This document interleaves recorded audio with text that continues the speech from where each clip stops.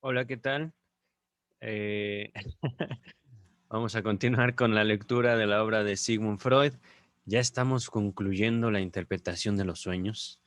No sé ustedes, pero ha sido para mí un tiempo muy rico, un tiempo de mucho trabajo también.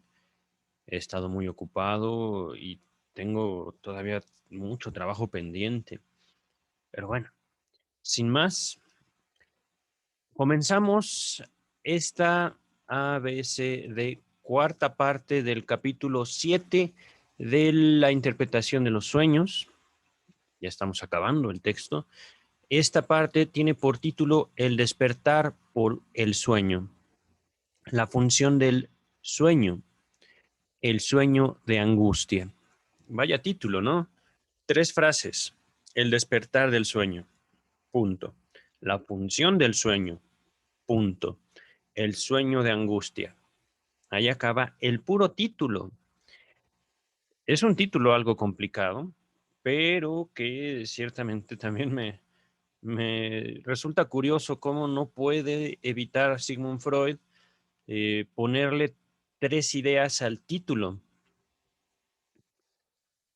Vamos a ver qué es lo que nos quiere decir Sigmund Freud. Antes de continuar, quiero decir que este es un texto, o esta parte del capítulo 7 de la interpretación de los sueños, es un texto muy corto. Ajá. Atrás de mí dejé a propósito a la familia de Sigmund Freud. Acá, por supuesto, tenemos al doctor Freud con su esposa, la hermana de su esposa. Como podrán ver, son casi mujeres idénticas. De hecho, no sé si estoy señalando a la correcta. Creo que esta es Martha Bernays y creo que esta es la hermana de la esposa de Sigmund Freud. Y por supuesto, los niños que vemos son los hijos de Sigmund Freud a una edad muy temprana. Creo que esta pequeña de acá es Ana, o será esta, no lo sé. Pero bueno, vamos a empezar ya. Puesto que sabemos que el preconsciente se acomoda toda la noche al deseo de dormir, podemos ahora avanzar un paso más en la comprensión del proceso onírico. Esta frase inicial puede resultar un poquito compleja. Recordemos que hablando, digamos, de las palabras eh, que crea Freud para explicarse a sí mismo el fenómeno del sueño, fueron explicadas apenitas, ¿eh? Yo creo que en el capítulo pasado, digo, en el apartado pasado del capítulo 7, no es cierto, el antepasado, en el asunto de la regresión. Ajá. Eh, Entonces, para que ustedes tengan, digamos, ya una mayor idea acerca de lo que Freud llama un preconsciente, les sugeriría ir 2 videos atrás a escuchar el texto, la lectura del texto de la regresión. Ajá. Vamos a continuar ahorita. Pero resumamos primero el conocimiento que hasta ahora hemos adquirido de él, hablando del preconsciente, ¿vale?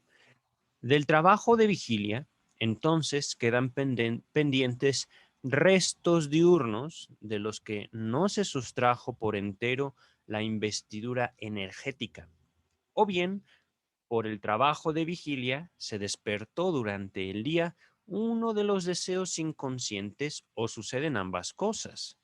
Ya hemos dilucidado la diversidad de situaciones posibles.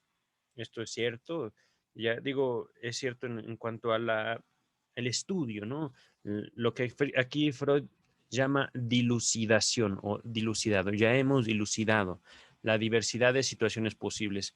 Esto se hizo tanto en el video, en el texto de la regresión, como en el video pasado sobre el cumplimiento del deseo, ¿vale? Vamos a continuar.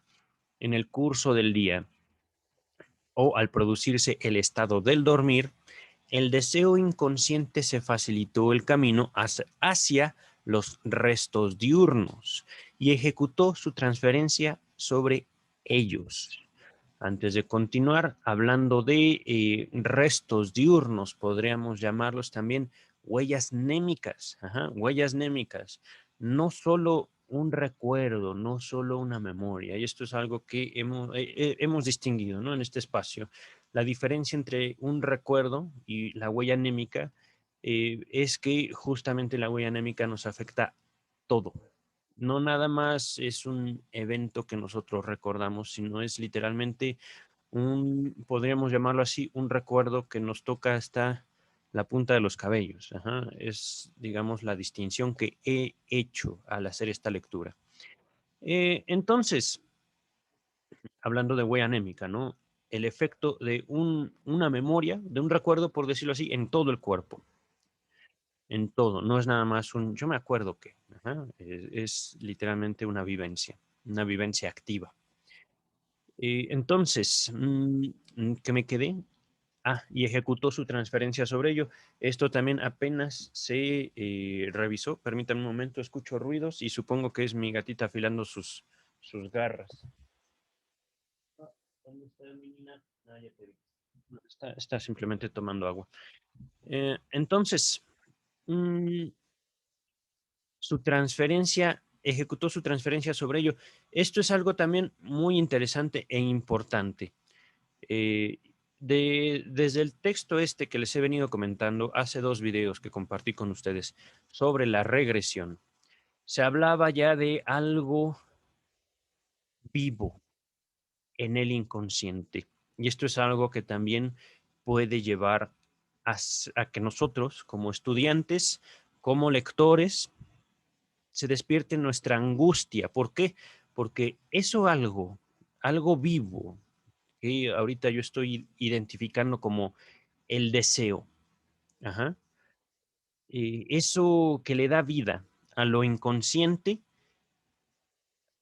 tiene una característica de atraer y de también tomar, digámoslo así, eh, representaciones, tomar o asociarse con ciertas vivencias del presente y ocultar una enorme fuerza. Aquí dice literalmente, ejecutó su transferencia sobre ellos. Quiere decir que nuestro inconsciente atrae, digamos, para sí esta parte de nosotros que nosotros simplemente no podemos controlar, lo vivo en nosotros, por decirlo de una manera, aquello que trasciende nuestra conciencia, aquello que trasciende también nuestra voluntad, atrae sobre sí, eh, digamos, las representaciones cercanas y transferencia se refiere a que deposita sobre estas representaciones, sobre estas ideas, sobre estos pensamientos, sobre estas impresiones así, restos diurnos. Todo esto, pensamientos, ideas, representaciones, vaya, durante el día que justamente tienen relación con el hilo rojo de nuestra vida, de cada uno de nosotros. Por supuesto, mi deseo, mi vida es de cierta forma distinto al de ustedes, no podremos compararlo, y sin embargo, Freud puede notar en su estudio de su propia interpretación de sus sueños, de su autoanálisis y de los análisis emprendidos hacia sus pacientes, que eso vivo, lo inconsciente, ejecuta, digamos, una operación sobre las vivencias del día. Ajá. Esto, por supuesto, lo estoy diciendo de esta manera, tenemos mucho trabajo, digamos, previo, y por supuesto, hay mucho que decir, hay mucho que hablar, hay mucho que estudiar al respecto de esa simple frase, ¿vale? Ahorita yo voy a continuar porque si no, esta lectura se puede extender al infinito, que eso sería algo muy bello, pero me temo que hay que regresar a la realidad, ¿vale? Así se engendra un deseo transferido al material reciente o el deseo reciente sofocado cobra nueva vida por el refuerzo que viene del inconsciente. Ahora bien, él querría penetrar en la conciencia siguiendo los caminos normales de los procesos de pensamiento, vale decir, a través del preconsciente, al que pertenece por uno de sus componentes. Antes de continuar, aquí estoy leyendo las siglas PRCC por preconsciente, ¿vale? esta última a través del preconsciente, literalmente dice en el texto a través del PRCC y destaca PRCC. Esto lo hago por motivos de exposición, esto lo hago también para enriquecer y para acercar a los escuchas, a mí por supuesto también al texto. Ajá. Continúa el texto, pero choca, es decir, esta tendencia de lo inconsciente a querer llegar a la conciencia, choca con la censura que todavía subsiste y a cuya influencia queda entonces sometido. Aquí adopta la desfiguración que ya se había iniciado por la transferencia a lo reciente. Hasta ahora está en camino de convertirse en algo parecido a una representación obsesiva. Ahorita, quien no está viendo, estoy haciendo un círculo con mi dedo, ¿vale? Tratando de dibujar un círculo en el aire, a una idea delirante, etcétera. Es decir, en un pensamiento reforzado por transferencia y desfigurado en su expresión por la censura. Pero el estado del dormir en que se encuentra el preconsciente, aquí está la palabra completa, preconsciente, no le permite seguir avanzando. Probablemente este sistema se protegió de su invasión rebajando sus propias excitaciones. Wow. El proceso onírico emprende entonces el camino de la regresión, expedito justamente por la peculiaridad del estado del dormir. Así obedece a la atracción que sobre él ejercen grupos némicos que en parte existen solo como investiduras visuales, no como traducción a los signos de los sistemas que vienen después. Aquí James Strachey nos pide ir a la página 539. En este momento estamos en la 565. Continúa el texto. Por el camino de la regresión cobra figurabilidad. Nuevamente, si no entienden esta palabra figurabilidad, es, digamos, eh, una representación, pero para usar otra palabra y no confundirnos más con el uso de la palabra representación, figurabilidad más bien se refiere, en vez de representación, podemos también manifestar la figurabilidad como una expresión, ajá, como una M, hay una palabra que lleva M que ya he dicho muchas veces en el abordaje de esta palabra figurabilidad, manifestación. Ajá. Por el camino de la regresión, entonces cobra figurabilidad, la podemos entender como por el camino de la regresión, es decir, de dentro hacia adentro, de nosotros para nosotros mismos, que es algo que se vio justamente en el texto sobre la regresión, cobra, digamos, una forma de manifestarse a nosotros mismos como sueño, como una imagen, como una impresión, como un sonido, que nosotros vivimos durante el sueño. Continúa el texto. De la comprensión tratamos luego, aquí dice James Strachey en las páginas 584 y 585. Esto de la, perdón, no es comprensión, es compresión aquí, de comprimir. Me he equivocado al leer. Entonces dice el texto, de la compresión trataremos luego. Ya tiene recorrido el segundo tramo de su trayectoria zigzagueante. El primer tramo se extiende en sentido progrediente desde las escenas o fantasías inconscientes hasta lo preconsciente. El segundo tramo vuelve desde el límite de la censura hasta las percepciones. Ahora bien, cuando el proceso onírico ha devenido un contenido perceptivo, ha sorteado, por así decir, el impedimento que dentro del preconsciente le opusieron la censura y el estado del dormir. Esto aquí nos dice Strachey, se expuso en la página 520. Continúa el texto. Logra llamar la atención sobre sí y ser notado por la conciencia. Esto nos está hablando nuevamente entonces del sueño. Ajá. Continúa el texto. En efecto, la conciencia, que para nosotros tiene el significado de un órgano sensorial para la aprehensión con H, aprehensión de cualidades psíquicas, es excitable en la vigilia desde dos lugares. Primero, desde la periferia de todo el aparato. el sistema de la percepción. Segundo, desde las excitaciones de placer y displacer que resultan como casi la única cualidad psíquica de las transposiciones de energía ocurridas en el interior del aparato. Antes de continuar, debo decir que todo esto se ha visto únicamente en el capítulo 7, es decir, se ha visto, digámoslo, en el planteamiento que hace Freud teórico. Ajá. Este capítulo 7 justamente culmina la interpretación de los sueños por todo el trabajo que se hizo. Es decir, si bien ya el capítulo 7 que les había advertido ha sido como la cereza en el pastel, lo bonito es todo el pastel, es todo el trabajo de la interpretación de los sueños, del texto de la interpretación de los sueños. Naturalmente, yo comprendo que no todo el mundo pueda tener el tiempo, como yo en este caso, para leer, pero justamente para esto están estos videos, para que ustedes puedan eh, trabajar, literalmente trabajar tanto sus sueños, su análisis, continuarlo más allá del tiempo que ustedes pudieran estar en análisis, en una relación analítica. Continuamos. Todos los otros procesos que sobrevienen en los sistemas psi.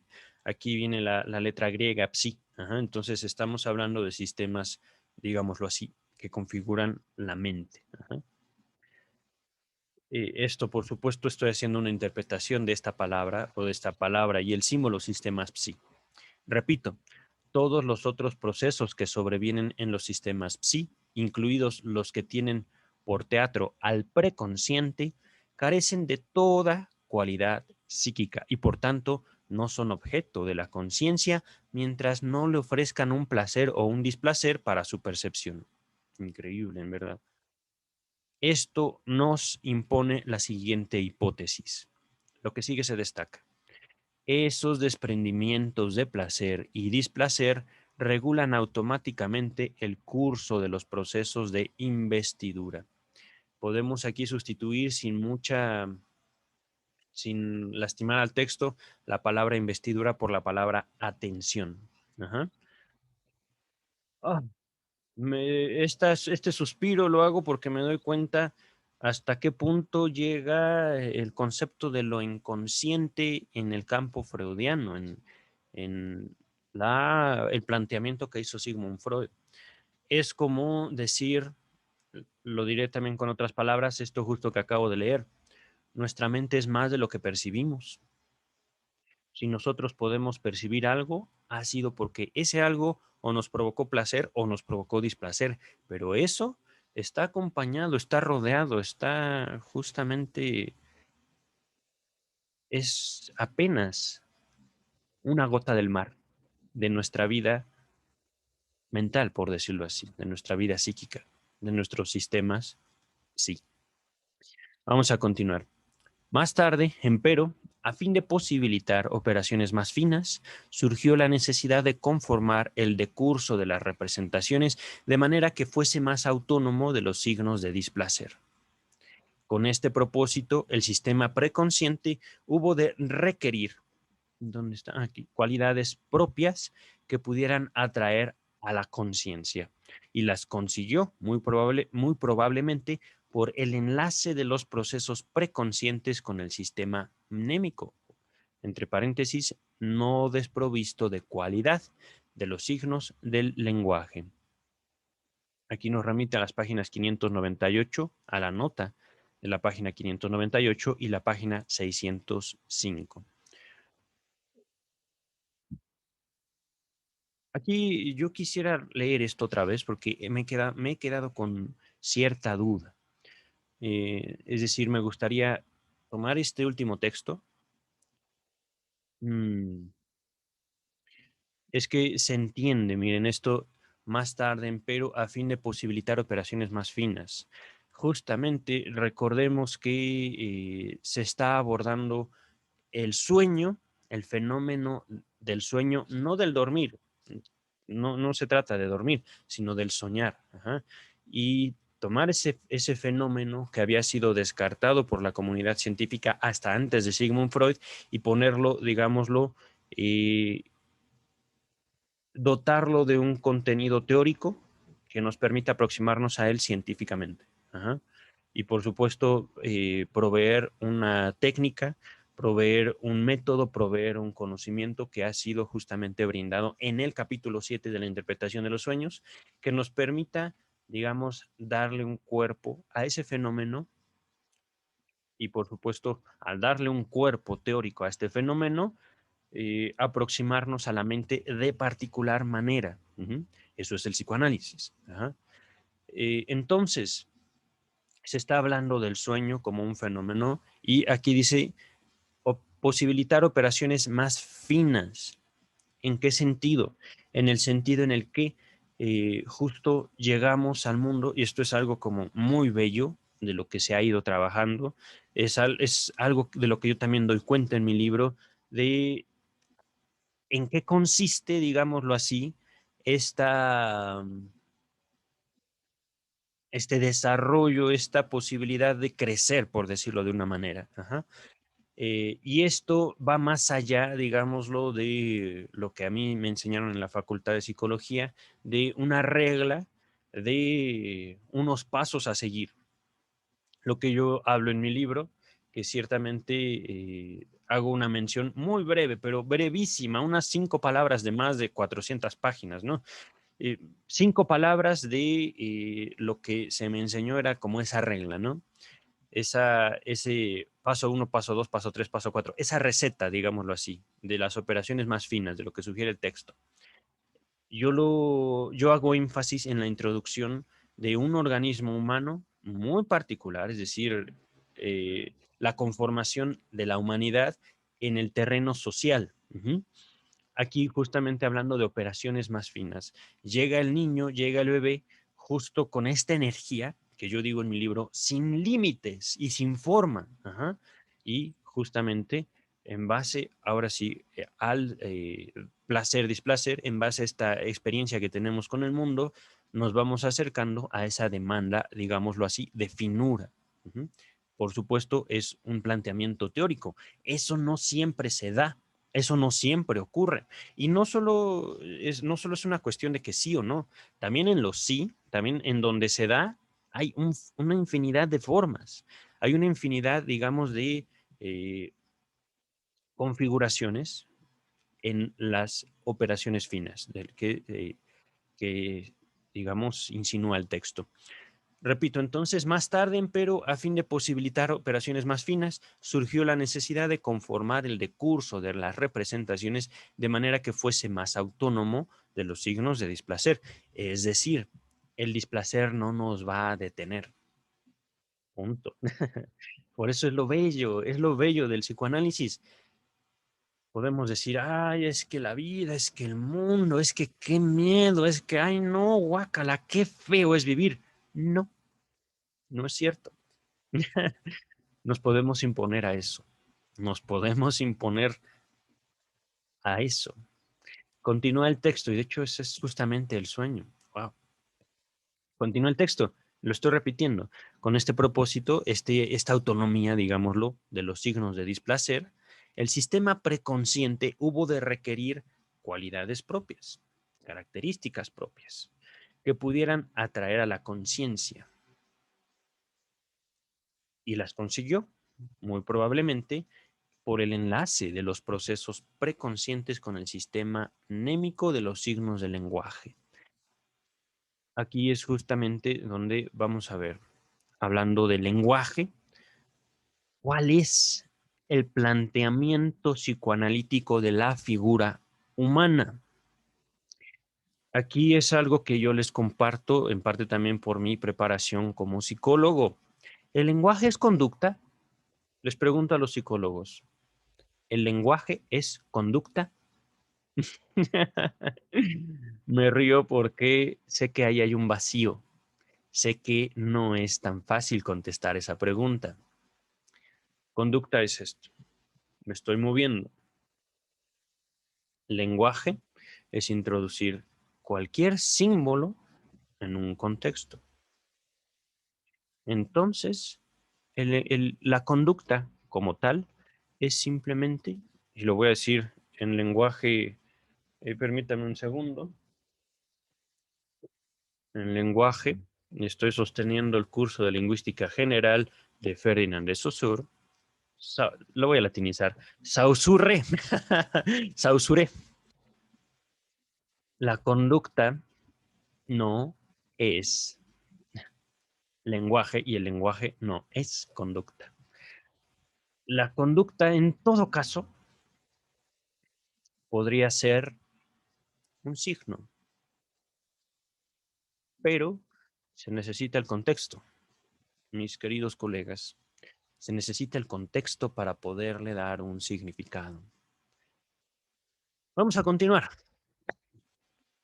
Por medio de las cualidades de este sistema, la conciencia, que antes era solo un órgano sensorial para las percepciones, pasa a ser también el órgano sensorial para una parte de nuestros procesos de pensamiento. Ahora existen, por así decir, dos superficies sensoriales, una volcada al percibir y la otra a los procesos de pensamiento preconscientes. Debo suponer que el estado del dormir vuelve más inexcitable la superficie sensorial de la conciencia volcada al preconsciente que la dirigida a los sistemas perceptuales. Aquí estoy leyendo las palabras completas, preconsciente y perceptuales, ¿vale? Están en el texto como PRCC y P. Ajá. Entonces, también aquí hay algo nuevo a destacar. Nos damos cuenta más fácilmente las cosas que vienen de afuera que nuestros propios pensamientos. Ajá. Es que la resignación del interés por los procesos de pensamiento nocturnos es funcional, es decir, tiene un propósito. Continúa el texto. Dentro del pensar, nada debe ocurrir. Aquí hago esta pequeña exclamación, porque esto es una crítica fuerte a la filosofía. Qué bonito pensamos a veces, pero son pensamientos. Dentro del pensar nada debe ocurrir. El preconsciente exige dormir. Ahora bien, una vez que el sueño devino percepción, puede excitar a la conciencia por medio de las cualidades que adquirió. Esta excitación sensorial rinde aquello de lo cual consiste, en lo cual consiste, repito, esta excitación sensorial rinde aquello en lo cual consiste, en general, su función. Dirige a lo excitante una parte de la energía de investidura disponible en el preconsciente, en calidad de atención. Ujú. Aquí James Strachey nos remite a las páginas 582 y 583. Continúa el texto. Así, debe concederse que el sueño en todos los casos se destaca, despierta, pone en actividad una parte de la fuerza en reposo del preconsciente. De esta fuerza experimenta el influjo que designamos, entre comillas, elaboración secundaria. Dos puntos. El miramiento por la coherencia y la inteligibilidad. Inteligibilidad. Ya ven, estas palabras a veces tan difíciles de leer, porque ciertamente yo no leo mucho inteligibilidad. Pero nos podemos detener un momento en estas palabras difíciles y transformarlas ya con el contexto. Justamente es que una palabra no puede ser conducta porque necesita de contexto. Ah, anarquía. Pero, a ver, coherencia, el miramiento por coherencia. Nosotros soñamos y al mismo tiempo, eso que soñamos, podemos decir como soñantes, eso no tiene sentido. Coherencia, inteligibilidad. Son inteligibles, son, ¿cómo decirlo? Tienen lógica, tienen coherencia, unión. Mm, a ver, Elaboración secundaria. Pues miren, para no detenerme mucho, esto de elaboración secundaria, creo que es justamente el último apartado de del capítulo 7 de la interpretación de los sueños. Ah, miren, esto significa, dice el texto, que ella trata al sueño, perdón, esto significa que ella trata al sueño como a cualquier otro contenido perceptivo, lo somete a las mismas representaciones expectativa. Esto está unido por un guión. Representaciones expectativa. Repito. Miau. De esta fuerza, perdón por maullar, mi gata me está hablando. Hablando del contexto, es que justamente podrían decir los gatos no hablan. Por supuesto que no hablan. Mi gato me está maullando, yo le contesto. Y esto, por supuesto, solo tiene sentido para alguien que tiene gatos. ¿Por qué? Porque así interactuamos con ellos. Fuera de contexto podrían decir, este sujeto está loco. Pues claro, pues claro. ¿Por qué? Porque yo tengo un contexto.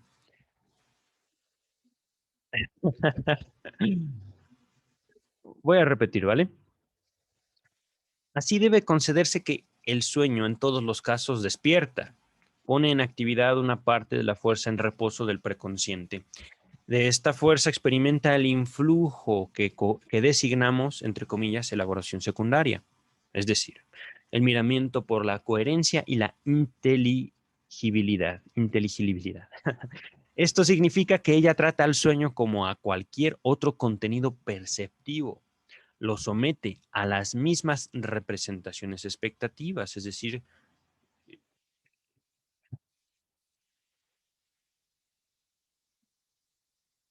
representaciones expectativas. Ah,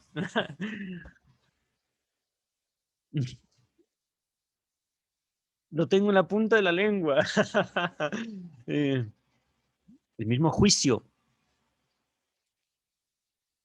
Podemos nosotros ver nuestros sueños y emitir un juicio sobre ellos. Ese es el punto. Continúa el texto hasta donde su material lo admita. Nos remite James Strachey a la página 495. Recordemos, por si están viendo este video por primera vez, es decir, el contenido de este canal a través de este video. James Strachey fue un alumno de Sigmund Freud, ya murió James Strachey. Eh, fue un alumno de Sigmund Freud, al cual Freud le encargó traducir su obra del alemán al inglés, y después esa obra del alemán al inglés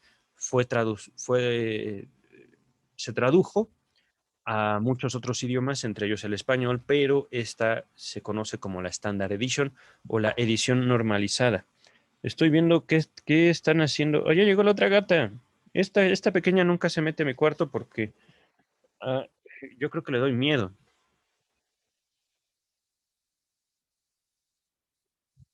Aprovechando de, de que les echo, de que las vigilo un poquito porque son a veces medio desastrosas, tomo el primer tomo de la Standard Edition. La conocemos también como edición Amor-Rorto, ¿vale? Continuamos. Si en este tercer tramo del proceso onírico se considera la dirección de su marcha, ha de afirmarse que que es de nuevo la progrediente, es decir, de adentro hacia afuera. No es cierto, eso sería regrediente.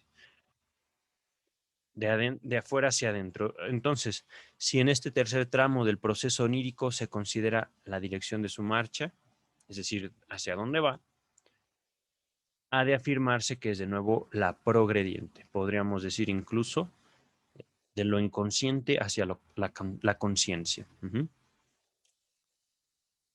Para evitar malentendidos, continúa el texto, será oportuno decir algo acerca de las propiedades temporales de estos procesos oníricos. Un argumento muy atractivo de Goblot en 1896, este es el apellido de un investigador, evidentemente suscitado por el enigma del sueño de Maury sobre la guillotina, procura demostrar que el sueño no puede reclamar para sí otro tiempo que el periodo de transición entre el dormir y el despertar. Antes de continuar, aquí al respecto del enigma del sueño de Maury sobre la guillotina, está la primera nota a pie de página. Nos dice, véase página 52 del volumen 4. ¿No? El volumen 4 es la primera parte de la interpretación de los sueños. Continuamos. Este requiere tiempo, hablando del sueño. Es ese lapso, perdón, este requiere tiempo. En ese lapso ocurre el sueño. Creemos que la última imagen del sueño fue tan fuerte que nos compelió a despertar. En realidad, fue tan fuerte solamente porque ya estábamos próximos a despertar. Viene una frase en francés, les voy a evitar la pena de escucharme leer en francés, prometo estudiar, pero aquí la frase se traduce como un sueño es un despertar que comienza. No se sabe de dónde, al menos no creo que sea una cita de Goblot, de este investigador del que se habló, eh, pero es, por un lado, parte de la genialidad de Freud, incluir en su texto en alemán frases en francés, pero ciertamente, a pesar de la estética, es difícil leerlo. Vamos a continuar. Ya Dugas, es decir, en otra ocasión, el investigador apellidado Dugas, en 1897, ha destacado que Goblot tiene que omitir muchos hechos para mantener su tesis en términos generales. Hay también sueños tras los cuales no despertamos. Por ejemplo, muchos en los que soñamos que soñamos. ¡Wow! Con el conocimiento que ya tenemos sobre el trabajo del sueño, nos es imposible conceder que él se extienda por el solo periodo del despertar. Al contrario, tiene que parecernos verosímil que el primer tramo del trabajo del sueño empieza ya durante el día, aún bajo el imperio del preconsciente. El segundo tramo, la alteración por la censura, la atracción ejercida por las escenas inconscientes, el irrumpir en la percepción, sin duda se recorre a lo largo de toda la noche. Y en consecuencia, quizás estemos siempre en lo cierto cuando expresamos la sensación de que hemos soñado toda la noche, aunque no sabemos decir con qué. Aquí nos remite la página 512. Pero yo no creo que sea necesario suponer que de hecho los procesos oníricos sigan hasta llegar a la conciencia, la secuencia temporal que hemos descrito. No es que primero haya existido el deseo onírico transferido, después ocurra la desfiguración por la censura, a eso siga el cambio de dirección, la regresión, etcétera. Nos vimos obligados a establecer una sucesión así, repito, nos vimos obligados a establecer una sucesión así con fines descriptivos. En realidad se trata más bien del ensayo simultáneo de este o este otro camino, de un fluctuar, la excitación de un lado al otro, hasta que al final permanece un determinado agrupamiento por ser la acumulación más adecuada de aquella. Me detengo un poquito. Pienso yo que requeriría mayor estudio, por supuesto, para destacar, digamos, la profundidad del trabajo de Sigmund Freud, pero si me detengo ahorita, voy a hacer el video demasiado extenso y yo creo que voy a continuar, ¿vale? Ustedes dichosos que podrán simplemente ponerle pausa y escribir. A mí me incita mucho, no solo este texto, sino todo el capítulo 7 de la interpretación de los sueños, lo voy yo a escuchar, pausar, escribir. Porque justamente así es como escribí mi libro y voy a seguir escribiendo. Continúa el texto. De acuerdo con ciertas experiencias personales, yo tendería a creer que al trabajo del sueño le hacen falta a menudo más de un día y una noche para brindar su resultado. Y si esto es así, el arte extraordinario desplegado en la construcción del sueño perdería todo su carácter asombroso. Aún el miramiento por la inteligibilidad como evento perceptivo puede, a mi juicio, operar antes que el sueño atraiga sobre sí a la conciencia. Desde ahí, el proceso experimenta en todo caso una aceleración, pues el sueño recibe ahora el mismo tratamiento que cualquier otra cosa percibida. Es como un fuego de artificio cuya preparación lleva muchas horas, pero se enciende en un momento. Fuego de artificio, es decir, digámoslo así, aquí en México, un cohete. Fuegos artificiales. No tengo ahorita una palabra. Hay una palabra que se me está escapando también en cuanto a fuegos artificiales, pero vamos a continuar. Ahora bien, por el trabajo del sueño, el proceso onírico puede ganar la intensidad suficiente para atraer sobre sí a la conciencia y despertar al preconsciente, sin que interesen para nada el tiempo que dura el dormir ni su profundidad. O, en cambio, puede ocurrir que su intensidad no baste y tenga que mantenerse al acecho hasta que, inmediatamente antes del despertar, establezca una transición con él, la atención, que ahora se ha vuelto más móvil. La mayoría de los sueños parecen trabajar con intensidades psíquicas comparativamente pequeñas, pues aguardan el despertar. Y ello también explica que por regla general percibimos algo soñado cuando repetidamente nos arrancan de un dormir profundo.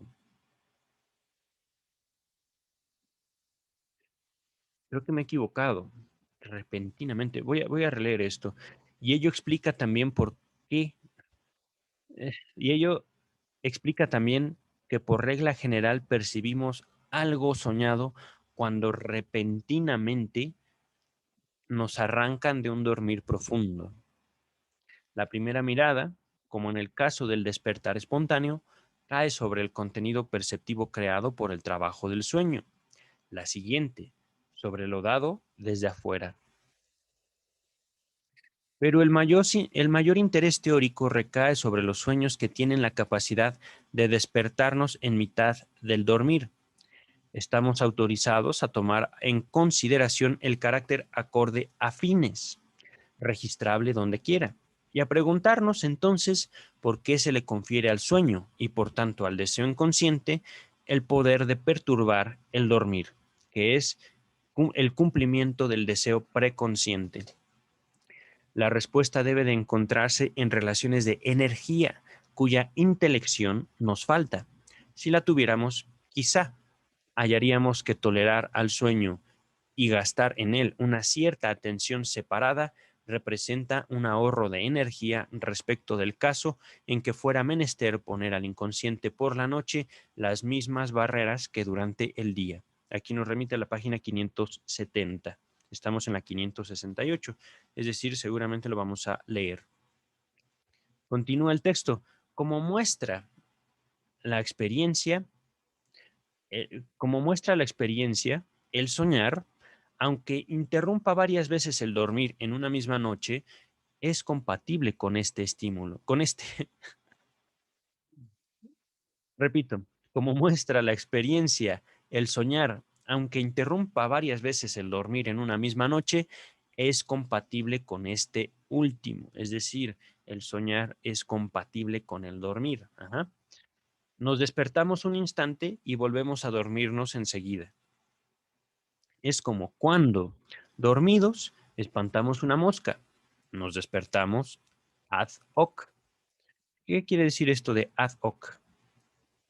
Tal vez ustedes lo sepan, yo en este momento no lo sé. Estoy ahorita acudiendo a mi celular, ad hoc. Expresión latina que significa que es apropiado, adecuado o especialmente dispuesto para un determinado fin. Ujú. Cuando nos dormimos de nuevo, continúa el texto, hemos eliminado la perturbación. El cumplimiento del deseo de dormir es, según lo demuestran conocidos ejemplos de sueños de nodrizas, etcétera, del todo compatible con el mantenimiento de cierto gasto de atención en un sentido determinado. Pero aquí pide ser oída una objeción que se basa en un mejor conocimiento de los procesos inconscientes. Es que hemos definido los deseos inconscientes como siempre alertas. Y a pesar de ello, durante el día no son lo bastante fuertes para hacerse sentir. Pero si el estado del dormir perdura y el deseo inconsciente ha mostrado fuerza para formar un sueño y despertar con él al preconsciente, ¿por qué se agota esta fuerza después que se tomó conocimiento del sueño? ¿No debería el sueño renovarse de continuo, precisamente como la mosca perturbadora gusta de regresar de nuevo cada vez que se le espanta? ¿Con qué derecho hemos aseverado que el sueño elimina lo que perturba al dormir? Es del todo correcto que los deseos inconscientes permanecen siempre alerta. Constituyen caminos siempre transitables tan pronto como una cantidad de excitación se sirve de ellos. Nos remite aquí a la página, a la nota de la página 546. Continúo. Y aún es, y aún es una particular. Bla, bla, bla. Permítame un segundo. Siento, me está fallando la lengua por las palabrotas. Y aún es una particularidad destacada de los procesos inconscientes el permanecer indestructibles. En el inconsciente, a nada puede ponerse fin, nada es pasado ni está olvidado. Es lo que nos impresiona sobremanera en el estudio de las neurosis, en especial de la histeria. Ese camino inconsciente de pensamiento que en el ataque conduce al aligeramiento de energía, vuelve a ser transitable no bien se ha reunido la energía suficiente. Una afrenta ocurrida 30 años antes produce sus efectos ahora como si fuera reciente, después que se procuró el acceso a las fuentes de afecto inconscientes. Una vez más, ¿dónde está la conducta? ¿Dónde está, ¿dónde está el origen de las ofensas? Queridos colegas, ¿dónde está el origen también de la conducta? Cuando no, cuando no queremos ver ese origen, se cometen atropellos terribles, no solo hacia los pacientes, sino hacia la humanidad en general. Continuamos. ¿Dónde está? ¿Dónde está? Aquí está. Estamos hablando de afrentas. Tan pronto como su recuerdo es rosado, ella revive la afrenta y se muestra investida con una excitación que se procura una descarga motriz en un ataque. Y no en un ataque de, no en un ataque necesariamente como epiléptico, en un ataque físico hacia otra persona. Continúa el texto. Precisamente aquí tiene que hincar el diente la psicoterapia. Así está escrito, psicoterapia, por supuesto. Su tarea consiste en procurar a los procesos inconscientes una tramitación y un olvido.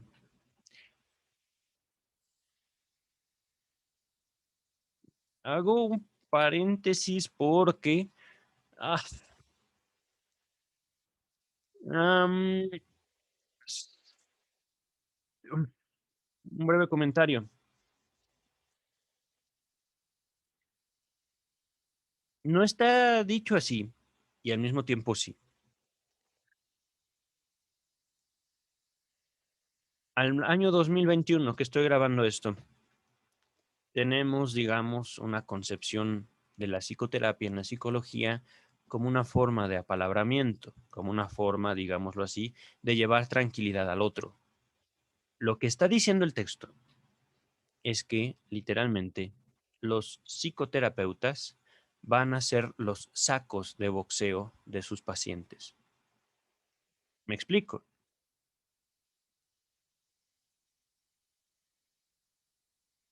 Esos ataques de gente que ustedes no conocen y a los cuales ustedes no hicieron nada, van a llegar. Entonces, y esto lo digo específicamente para los muchos psicólogos que yo sé que constituyen gran parte de mi audiencia, prepárense, Se habla de una transferencia, pero ya en un sentido práctico en psicoanálisis. La transferencia es el depósito del odio que despertaron los padres en las figuras de autoridades. Y esto también lo abordo en mi libro y no solo compete a los psicoterapeutas, compete a toda autoridad, educadores, maestros, policías, etcétera, etcétera, etcétera, políticos. Eh, por supuesto quisiera detenerme mucho más aquí, pero no lo voy a hacer para continuar con el texto.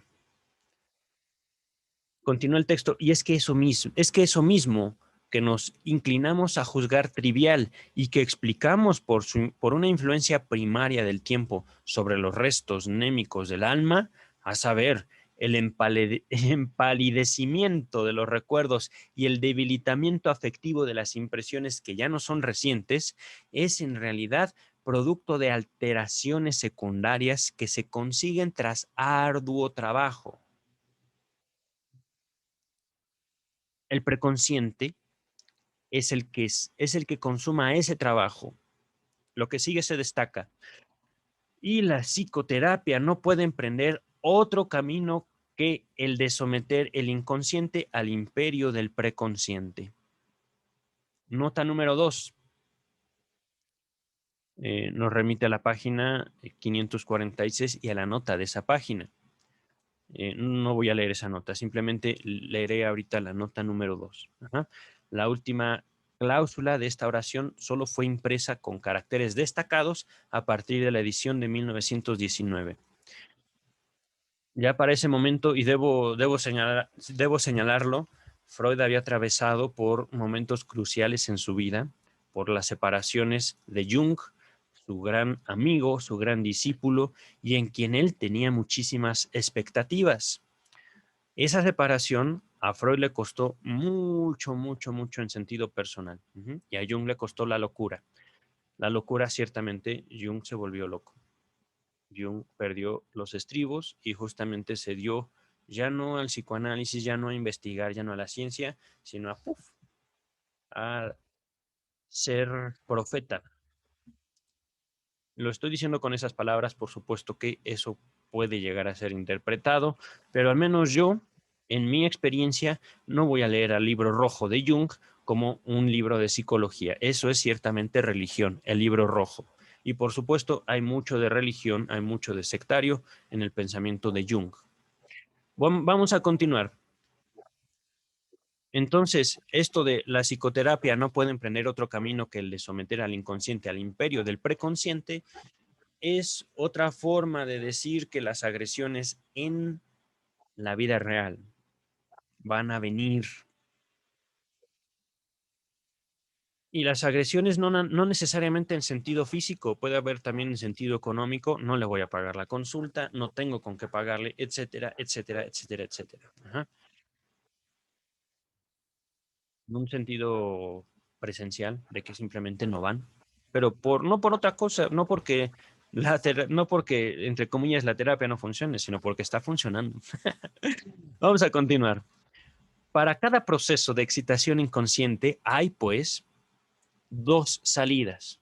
O bien queda librado a sí mismo y entonces termina irrompiendo por alguna parte y se procura para su excitación una descarga en la motilidad, uh, o se somete a la influencia del preconsciente y su excitación, en vez de descargarse, es ligada por este. Hice esta exclamación, ¡oh! Porque ahí está la vida afectiva, ahí está el amor, queridos escuchas.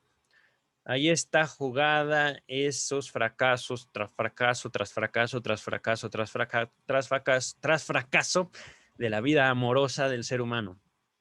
Pero no son fracasos, queridos escuchas.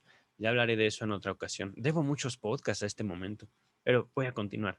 Quiero apurarme para dedicarme a otras cosas, entre ellos los podcasts. Tengo mucho que hacer, mis libros. A ver.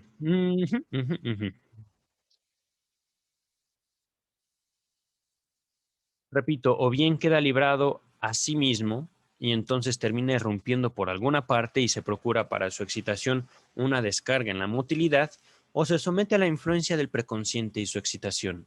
En vez de, se destaca, descargarse, es ligada por este. Pues bien, esto segundo es lo que ocurre en el proceso onírico. Nos remite aquí a la nota de la página 591. No la voy a leer. Vamos a continuar. La investidura que desde el preconsciente establece una transacción con el sueño devenido percepción porque fue guiada hasta él por la excitación de la conciencia, liga la excitación inconsciente del sueño y lo vuelve inocuo como perturbación. Si por un momento despierta al soñante, es que por un momento se ha espantado la mosca que amenazaba perturbarle su dormir. Ahora podemos vislumbrar que fue realmente más adecuado al fin y más económico tolerar al deseo inconsciente, despejarle el camino de la regresión, a fin de que formase un sueño y después, con un pequeño gasto de trabajo preconsciente, ligar este sueño y darle trámite, que no mantener enfrenado al inconsciente durante todo el tiempo que se dormía.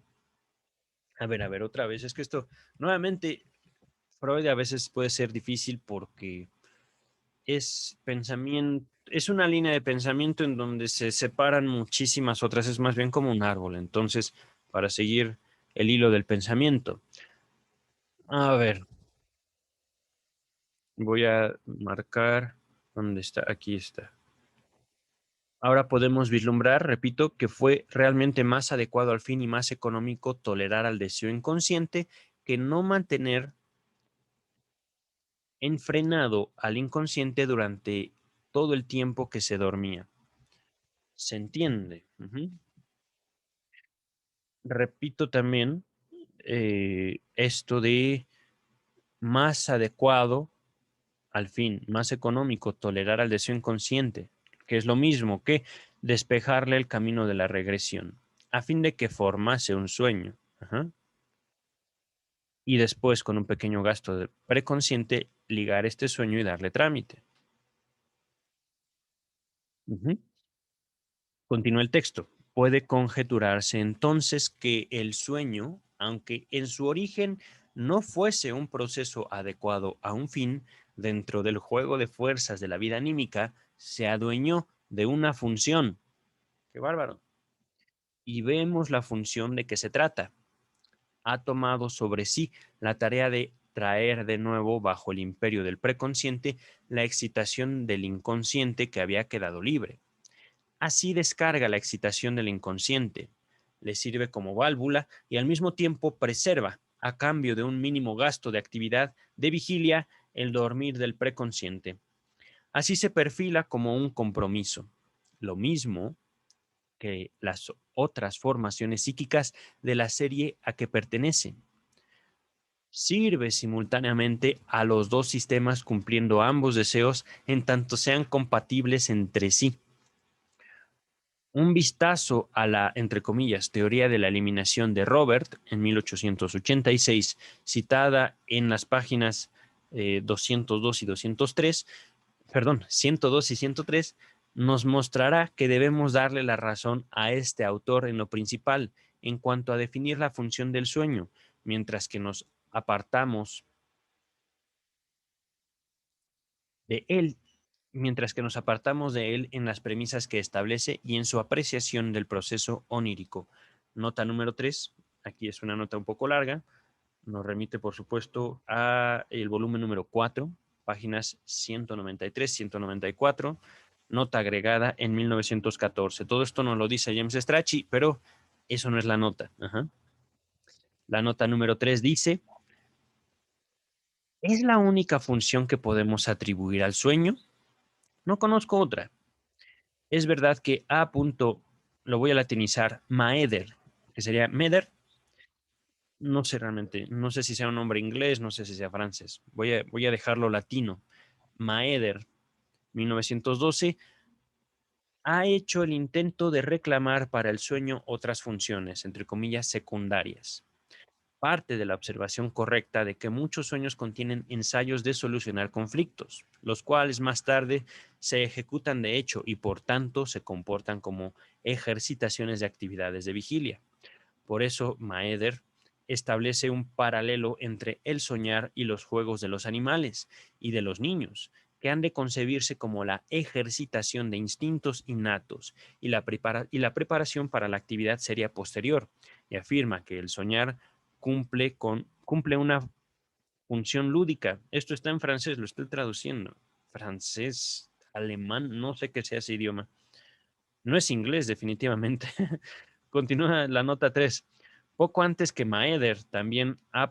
Adler, en 1911, destacó que el sueño tiene la función de, entre comillas, anticipar el pensamiento.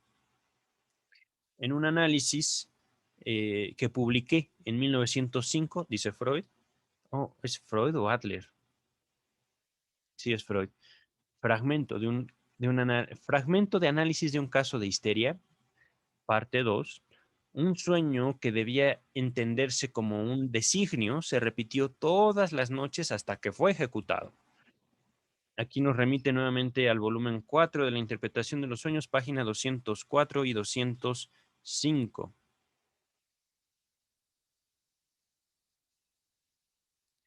Permítame un segundito. Ujú. Vamos a continuar. Esa era la nota número 3. Regresamos al texto principal. Ok, la canción. A ver, permítame un segundo. Simplemente son eh, silenciar notificaciones siempre, por favor. No sé por qué estoy recibiendo notificaciones de un grupo de WhatsApp de amigos que yo ya había silenciado. A lo mejor una actualización dejó como fuera mi designo, mi voluntad de silenciar la actividad de ese grupo de WhatsApp. Continúa el texto. La restricción, entre comillas, y se destaca, en tanto ambos deseos sean compatibles entre sí, cierra comillas, alude a los casos posibles en que la función del sueño termina en un fracaso. El proceso onírico es permitido primero como cumplimiento de un deseo del inconsciente, pero si ese intentado cumplimiento de deseo se agita en el preconsciente con tanta intensidad que éste ya no puede mantener su reposo, el sueño ha roto el compromiso, ha dejado de cumplir la otra parte de su cometido. Al punto es interrumpido y sustituido por el despertar pleno.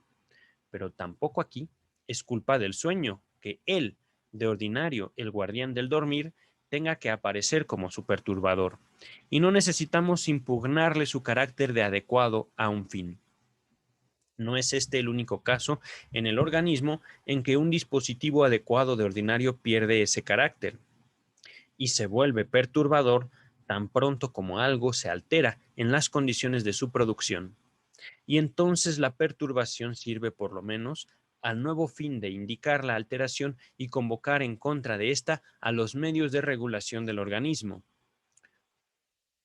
Como es natural, tengo en mente, es decir, tengo pensado, tengo en la mente el caso del sueño de angustia. Y para que no parezca que rehuyo a ese testigo contrario a la teoría del cumplimiento de deseo, cada vez que tropiezo con él, quiero aproximarme a la explicación del sueño de angustia, siquiera con algunas indicaciones.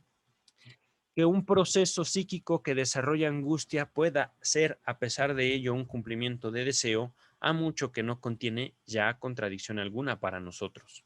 Ya sabemos explicarnos así lo que sucede. El deseo pertenece a un sistema, al inconsciente, mientras que el sistema preconsciente lo ha desestimado y sofocado. Nota número 4. Uy, es una nota larga. Yo creo que voy a leerles esta nota y regreso a esta parte del texto, ¿vale? Nota agregada en 1919, nos dice Strachey, y en la nota literalmente son palabras de Freud que dicen, entre comillas, un segundo factor mucho más importante y que cala más hondo, descuidado igualmente por los legos, es el siguiente. Un cumplimiento de deseo tendría, sin duda, que brindar placer, pero también cabe preguntar, ¿a quién? Desde luego, a quien tiene el deseo. Ahora bien, sabemos que el soñante mantiene con sus deseos una relación sumamente particular. Los desestima, los censura. En suma, no le gustan. Por tanto, un cumplimiento de ellos no puede brindarle placer alguno, sino lo contrario. La experiencia muestra entonces que eso contrario, que hemos de explicar todavía, entra en escena en la forma de la angustia. Por consiguiente, en su relación con sus deseos oníricos, el soñante solo puede ser equiparado a una sumación de dos personas que, empero, están ligadas por una fuerte comunidad. Escuché un movimiento, pensé que era mi gatita. Continuamos. En lugar de toda una serie de ulteriores puntualizaciones, les ofrezco un conocido cuento en que reencontrarán idénticas relaciones. Un hada buena, hada, de un hada, ajá, de como un cuento, ajá. Un hada buena promete a una pareja pobre, marido y mujer, el cumplimiento de los tres primeros deseos que se les ocurren, perdón. Eso los llena de dicha y se proponen escoger con cuidado los tres deseos. Pero la mujer se deja de seducir por el aroma de unas salchichas que cocinan en la choza vecina y desea para sí un par de salchichas como esas. Y volando están ellas ahí. Es el primer cumplimiento de deseo. Entonces el marido se enoja y en su ira desea que las salchichas le queden a su mujer colgadas de la nariz. También esto se consuma y las salchichas no pueden removerse de su nuevo lugar. He ahí el segundo cumplimiento de deseo. Pero el deseo fue del hombre. A la mujer no le gusta nada ese cumplimiento de deseo. Ya saben cómo sigue el cuento. Puesto que los dos en el fondo son uno, marido y mujer, el tercer deseo tiene que ser que las salchichas se aparten de la nariz de la mujer. Podremos aplicar este cuento muchas veces en otros contextos. Aquí nos sirve solo como ilustración de la posibilidad de que el cumplimiento de deseo de uno pueda significar displacer para el otro cuando los dos no están de acuerdo entre sí. Se cierran comillas. Esto aquí nos dice fue tomado de conferencias de introducción al psicoanálisis. Lo abordaremos en el volumen 15 de la obra de Freud, ¿vale? Regresamos al texto principal. Aún mediando la plena salud psíquica, el sometimiento del preconsciente, es que me he equivocado aquí en la lectura, aún mediando la plena salud psíquica, el sometimiento del inconsciente por el preconsciente no es total. La medida de esa sofocación indica el grado de nuestra normalidad psíquica. La existencia de unos síntomas neuróticos nos muestran que los dos sistemas se encuentran en conflicto recíproco. Ellos son los productos de compromiso de ese conflicto, que le ponen término provisionalmente. Por una parte, procuran al inconsciente una salida para la descarga de su excitación. Le sirven como puerta de escape y por otra parte dan al preconsciente la posibilidad de gobernar al inconsciente de algún modo. Es instructivo, por ejemplo, considerar la intencionalidad de una fobia histérica o de la agorafobia. Pongamos que un neurótico sea incapaz de marchar solo por la calle, lo que con derecho rotularíamos de, entre comillas, síntoma. Ahora bien, suprimamos ese síntoma obligándolo a realizar esa acción para la cual se cree incapaz. Subseguirá entonces un ataque de angustia, tal como a menudo un ataque de angustia sobrevenido en la calle, es la ocasión para que se produzca la agorafobia. Aquí está justamente lo que les comentaba en un principio del lenguaje y el contexto. Eh,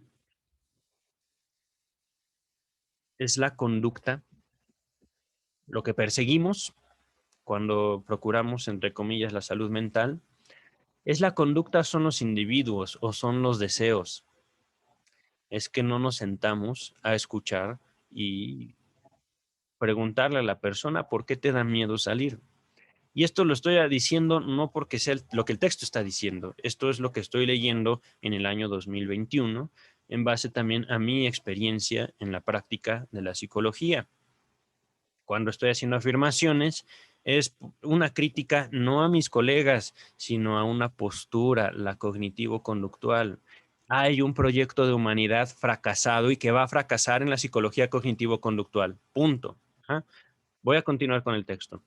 Averiguamos así que el síntoma se construyó para prevenir el estallido de la angustia. La fobia se antepuso a la angustia como si fuera un fortín, es decir, como si fuera un castillo, un fuerte, barreras. Continúa el texto. No podemos proseguir nuestra elucidación si no entramos a considerar el papel de los afectos en estos procesos, lo cual, empero, solo es posible aquí de manera incompleta. Formulemos entonces este enunciado.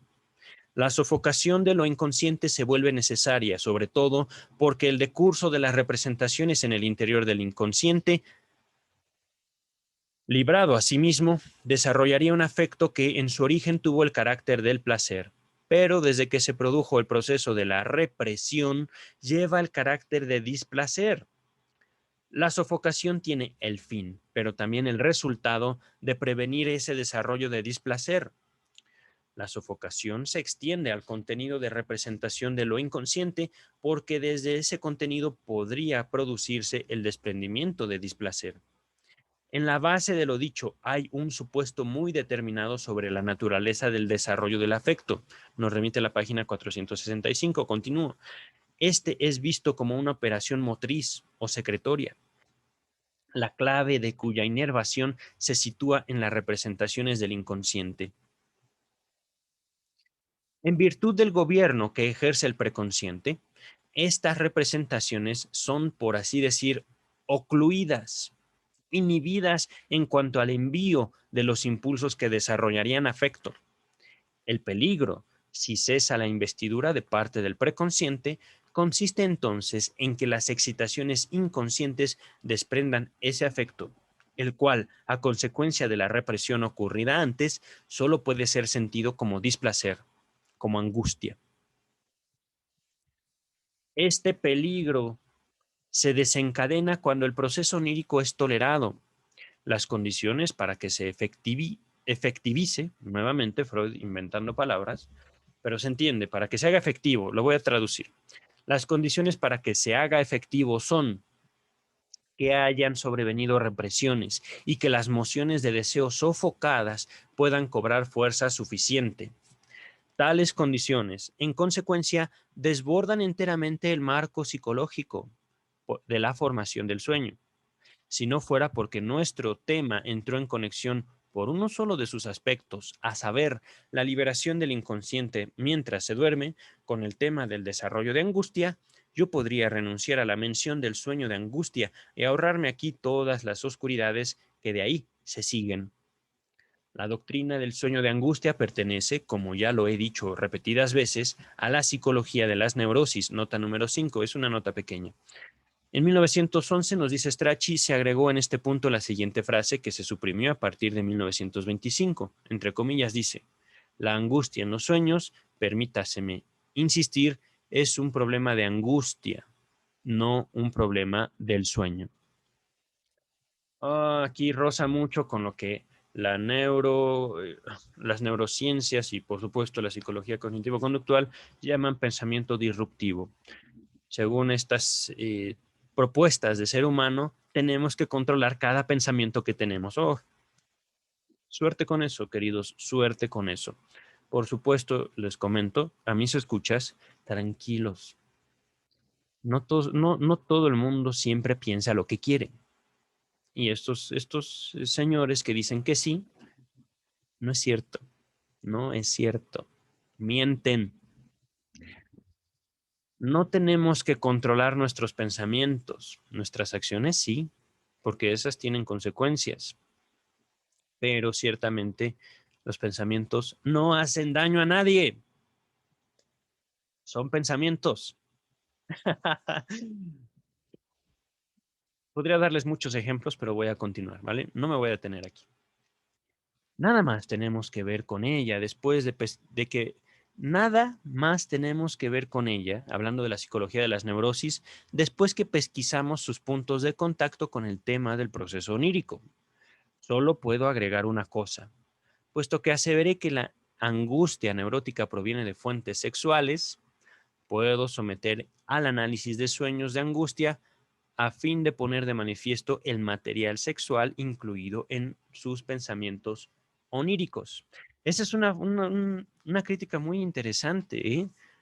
¿Cómo conciben la sexualidad? Ah, es que es cierto, la sexualidad es conducta, ¿no? Señores cognitivos conductuales. Entonces, ¿dónde queda la palabra en la sexualidad? No existe, ¿verdad? Porque la palabra no es conducta. Sorry, sorry, lo lamento. Nota número 6. Algunos de los comentarios que siguen deben revisarse a la luz de los puntos de vista posteriores de Freud sobre la angustia.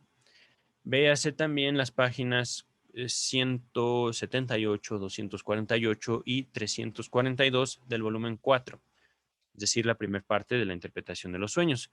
Vamos a regresar.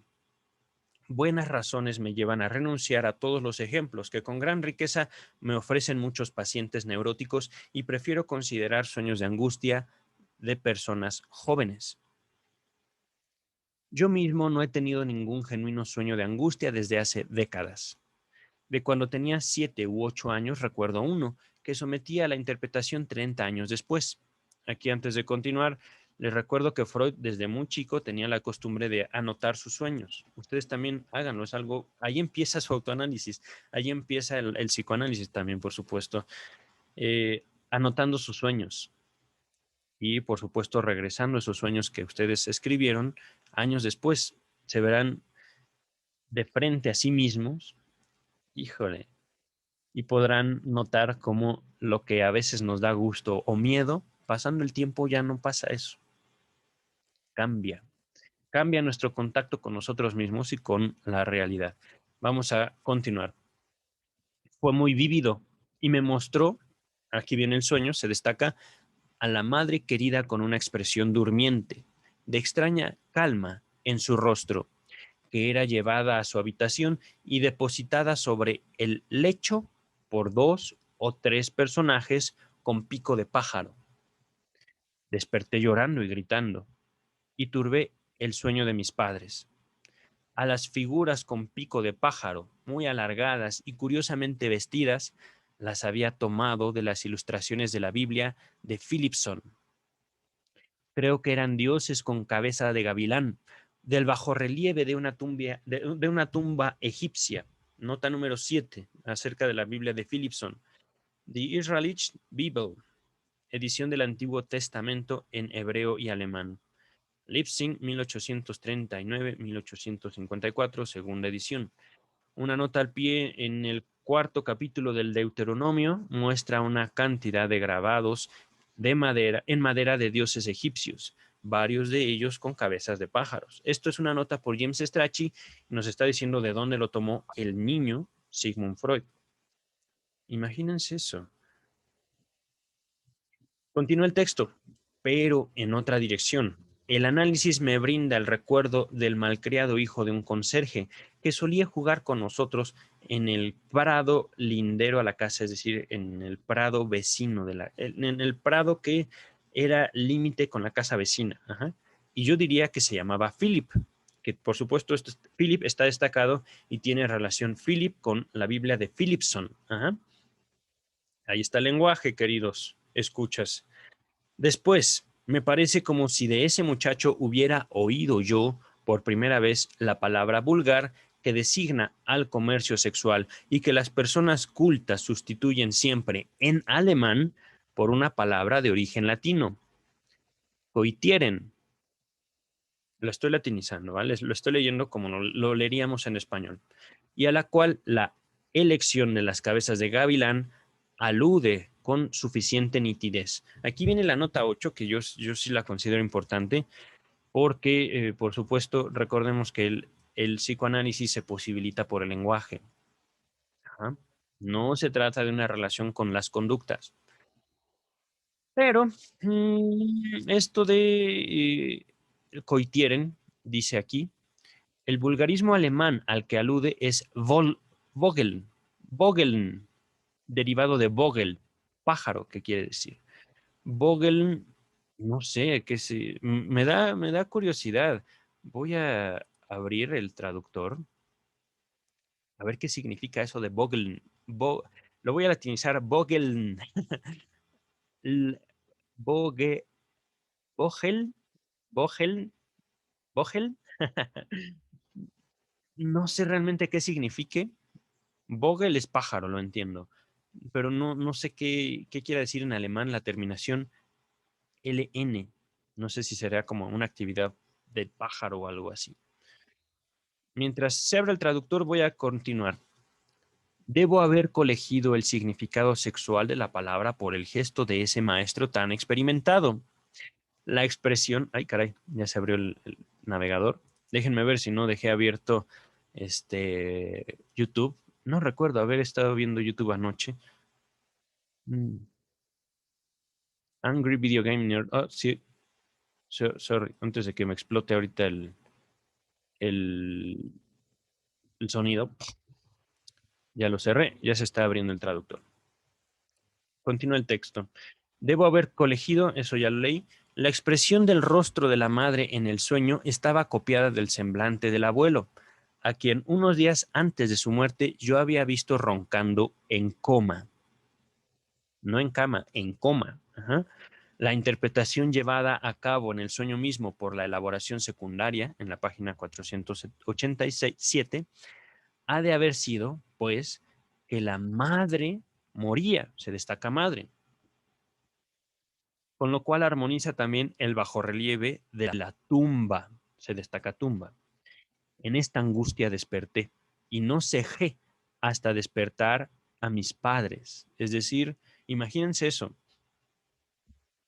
Freud, de 7 u 8 años, tiene el sueño de que ve a su mamá acostada, con el rostro tranquilo, y entre 3 o 4 personas, sí, 3 o 4, ¿verdad?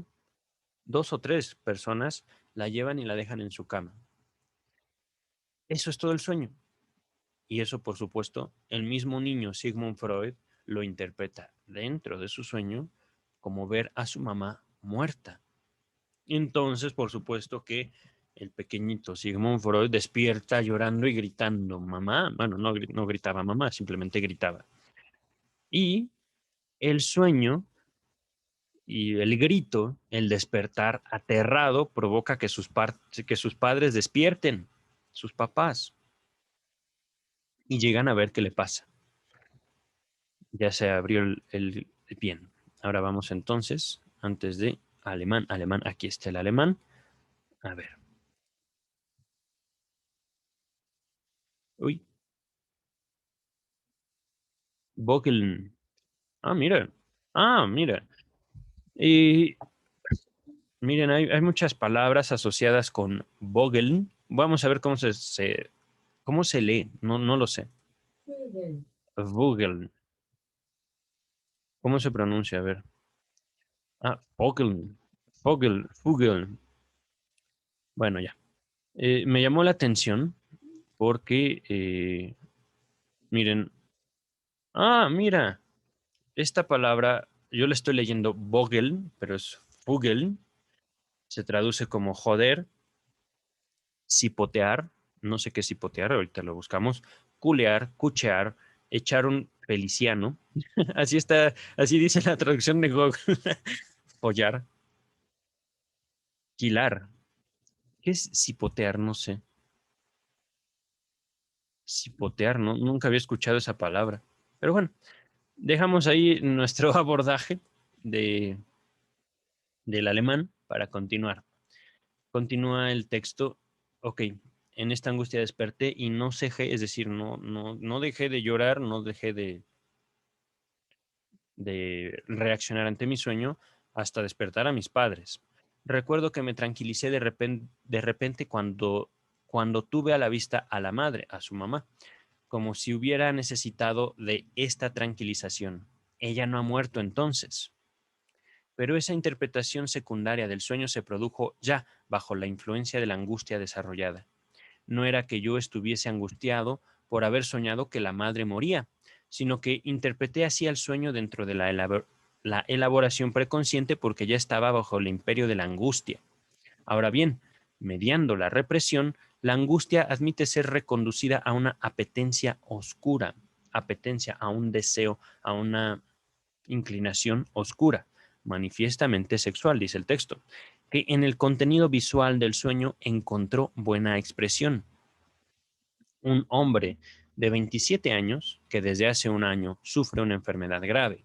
Entre los 11 y los 13 años, soñó repetidas veces, con gran angustia, que, se destaca, un hombre con un azadón lo perseguía. Él quería correr, pero quedaba como paralizado y no se movía del sitio. Ahí finaliza el sueño. Continúa el texto. Es este un buen modelo de un sueño de angustia muy común e insospechable de tener raíz sexual.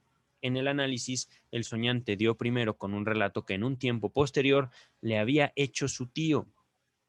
Este había sido atacado de noche en la calle por un individuo sospechoso y el propio soñante infirió de esta ocurrencia que en la época del sueño podía él haber oído de una vivencia parecida. Sobre el asadón, aquí no estoy muy seguro, más que nada voy a, mm, me gustaría decirles algún sinónimo de asadón. Dice el diccionario de la Real Equidemia, Real Academia Española, instrumento que se distingue de la asada en, en que la pala cuadrangular es algo curva y más larga que ancha. Se sirve para, y que sirve para rozar y romper tierras duras, cortar raíces delgadas y otros usos análogos. Mm, permítame un segundo. Estoy ahorita buscando imágenes. Ok, ya veo. Entonces, miren, la pala, digamos, es un instrumento con esta, ¿cómo decirlo? Como figura. Ajá. Una pala tiene justamente un mango de madera, un palo, y al final tiene como una cuchara. Ajá. El asadón es como la cuchara viéndose hacia el piso. Ajá. Ya no tendría esta figura, sino una figura algo así. Ajá. El fin del asadón es como una pala viendo hacia el piso. Entonces sirve justamente para golpear el piso, golpear el suelo y con esta punta, ¿no? De metal. Entonces, ya con una imagen más clara del asadón, sobre el asadón, dice el análisis del sueño, recuerda que por esa época de su vida, una vez, astillando madera, se hirió en la mano con el asadón. Después, sin transición, dio con su relación con un hermano menor al que solía maltratar y revolcar, y especialmente se acuerda de una vez en que lo golpeó con el zapato en la cabeza, de lo cual su hermano sangró y la madre dijo, entre comillas, tengo miedo de que alguna vez lo mate. Cierra comillas. Continúa el análisis. Mientras él parece así centrado en el tema de la violencia, se destaca violencia, en el texto, no es que lo destaque yo, el texto lo destaca. De pronto emerge un recuerdo de cuando tenía 9 años. Los padres habían regresado tarde a casa y mientras él se fingía dormido, se fueron a la cama y oyó un jadeo y otros ruidos que se le antojaron siniestros. También pudo entrever la posición de los dos en el lecho. Sus pensamientos ulteriores demuestran que había establecido una analogía entre lo que pasaba entre sus padres y su relación con el hermano menor. Subsimió lo que ocurría entre los padres bajo este concepto, violencia y riña. Prueba en favor de esta concepción fue, para él, que a menudo había observado, se destaca, sangre en el lecho de la madre. A ver, antes de continuar, aquí se entiende esta asociación, la sangre en el lecho de la madre, era la menstruación. Ajá. Y la relación de concepto violencia y riña era la concepción que como niño ese soñante había establecido en la relación sexual. Ajá. Es decir, se están escuchando jadeos, se están escuchando golpes, se están peleando. Ajá. Y entonces, así como ellos se pelean, yo me peleo con mi hermano. Ujú. Y por supuesto, de esa pelea que tienen mis padres, pues mi madre sangra. Eso es lo que había asociado aquel soñante. Continuamos. Que el intercambio sexual de los adultos se les antoja ominoso a los niños que lo observan y les despierta angustia, yo diría que la experiencia cotidiana lo atestigua. Es decir, esto de que los niños interpretan el contacto sexual como un acto violento es algo, pues, que se presenta muchas veces. Ajá. Continúa el texto. Para esa angustia he dado una explicación, a saber, que se trata de una excitación sexual que su comprensión no puede dominar, pero que de todos modos tropieza con una repulsa, porque en ella están envueltos los padres, y así se muda en angustia. ¡Qué bárbaro! A ver, otra vez. Excitación sexual que su comprensión no puede dominar. Ajá, ahí está, digamos, la experiencia infantil frente a la sexualidad de los padres. Ajá. Y que de todos modos esa excitación que también vive el niño, es decir, ¿qué está pasando? ¿Qué está pasando? Ajá.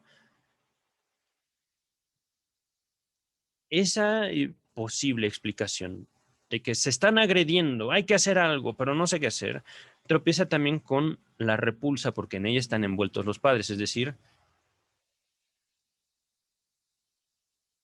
¿por qué se agreden?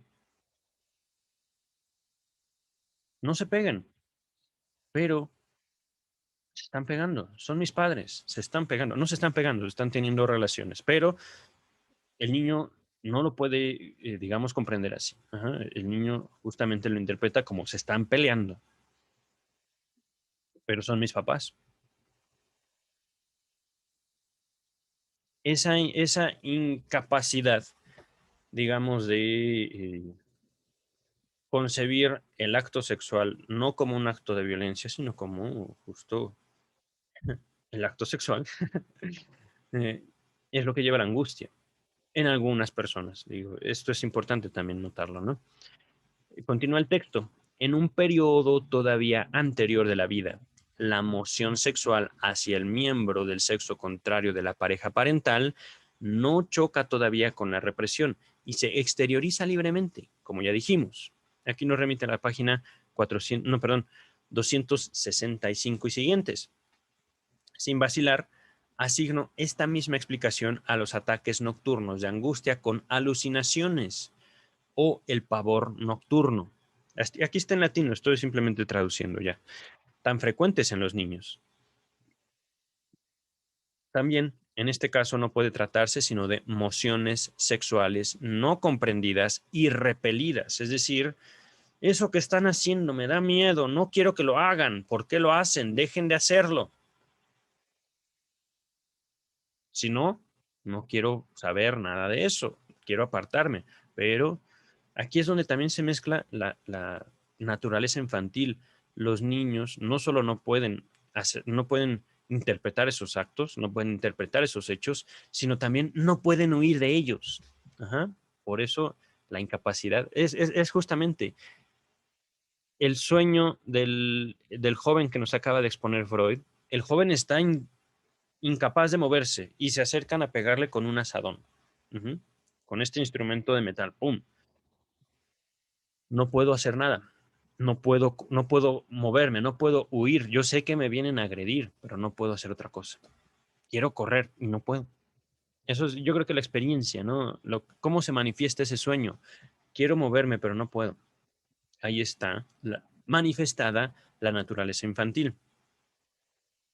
Continúa el texto.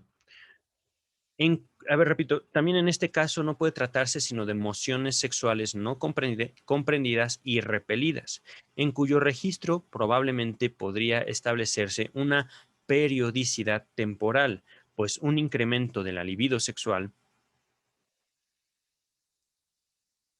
puede producirse tanto por impresiones excitantes de índole contingente como por los procesos espontáneos de desarrollo que sobrevienen por oleadas.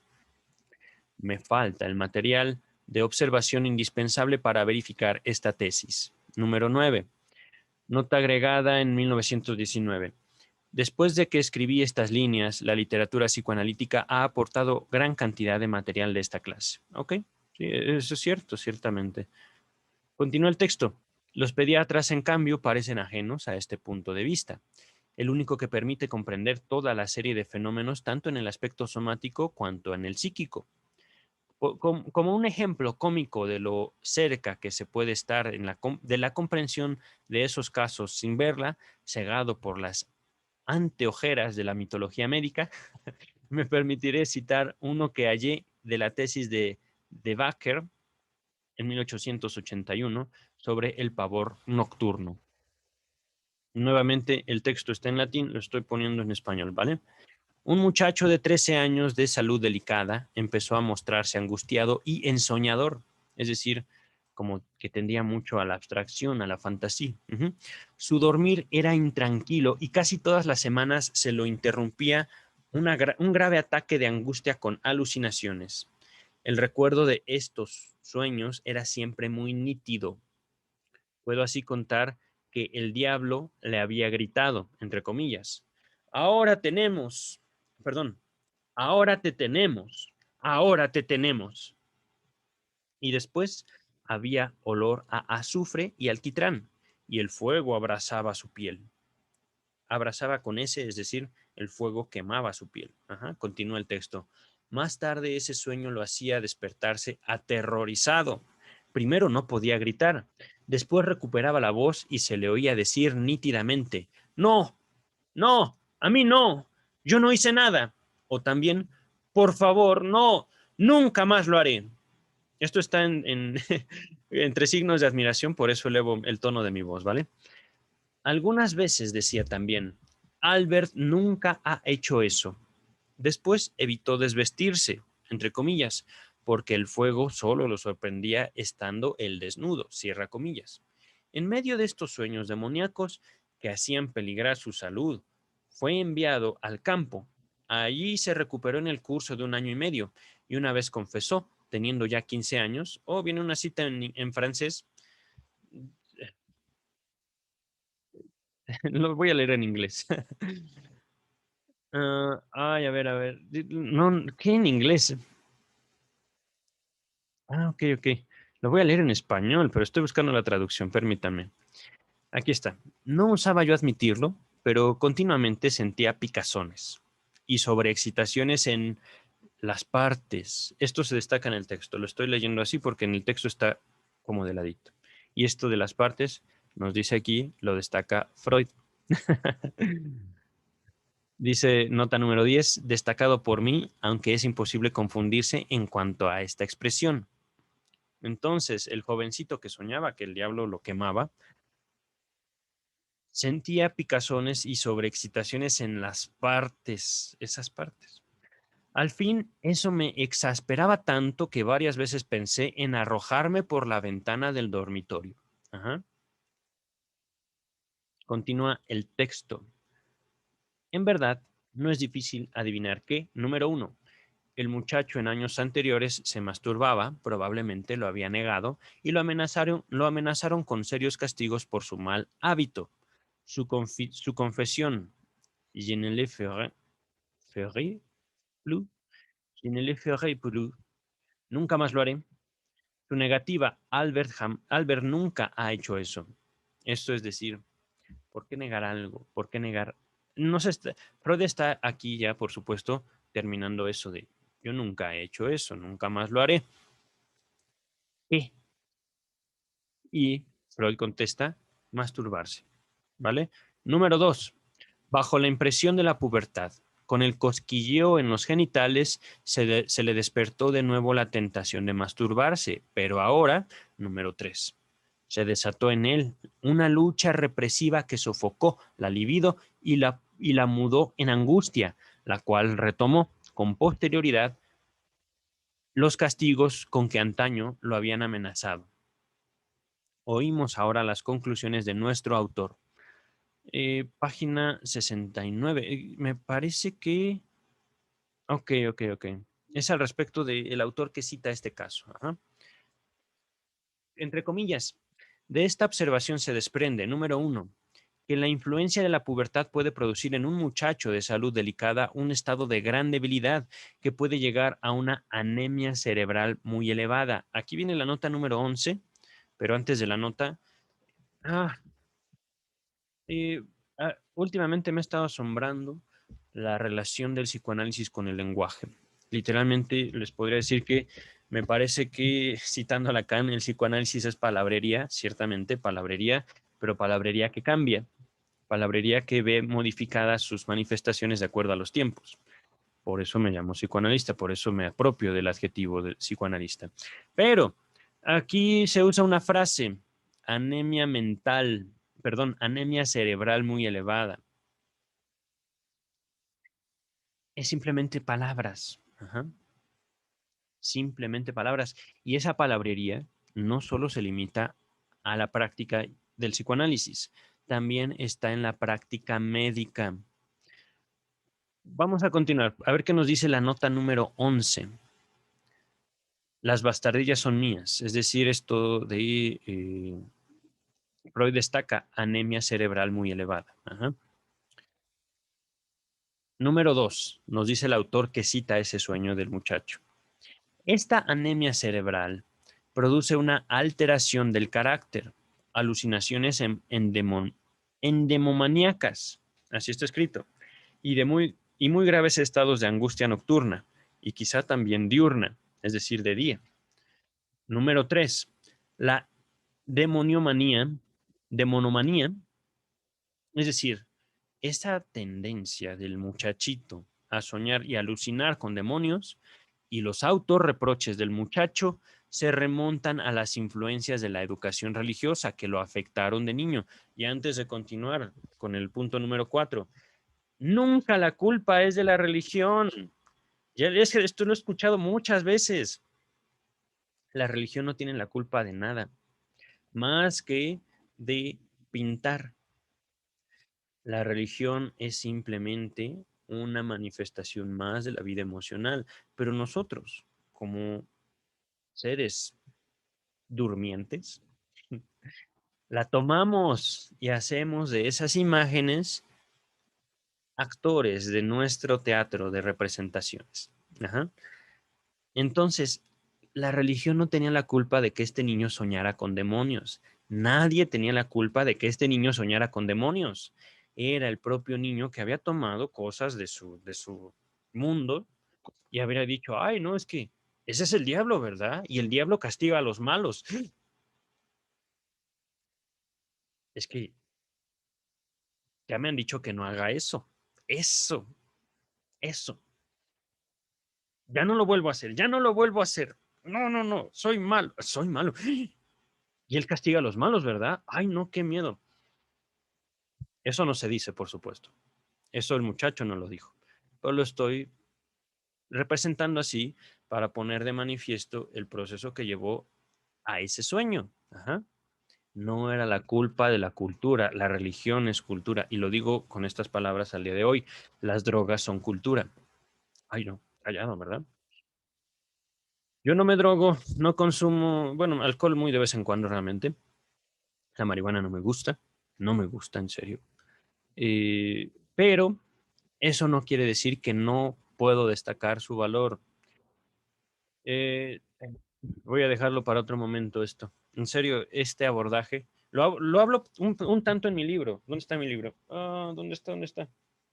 Chihuahua. ¿Dónde dejé mi libro? No está por aquí. Lo había dejado ahí justamente, después de Freud y Lacan, después de los alumnos de Lacan. Pero bueno, lo hablo en mi libro. La culpa no es de las drogas. La culpa no es de las drogas, es de lo que hacemos con ellas. Y hacemos como sociedad. Vamos a continuar, ¿vale? Por supuesto, puedo extenderme, pero muchísimo, muchísimo en esto. Trabajé casi 10 años con sujetos, entre comillas, adictos. Ahí están los histéricos hoy. Vamos a continuar. Ya estamos por terminar, me parece. Número 4, hablando del sueño del niño endemoniado, por decirlo de una manera. Todos esos síntomas desaparecieron tras una prolongada estadía en el campo, mediante el ejercicio físico y la recuperación de las fuerzas subsiguiente a la culminación de la pubertad. Es decir, ya no era un niño, Número 5. A ver, permítame.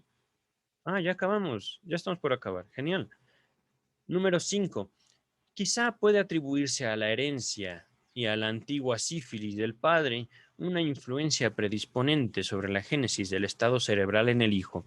Falso. Eso no es así. Sífilis en el padre simplemente significa que el padre acostumbraba a tener relaciones sexuales aquí y allá.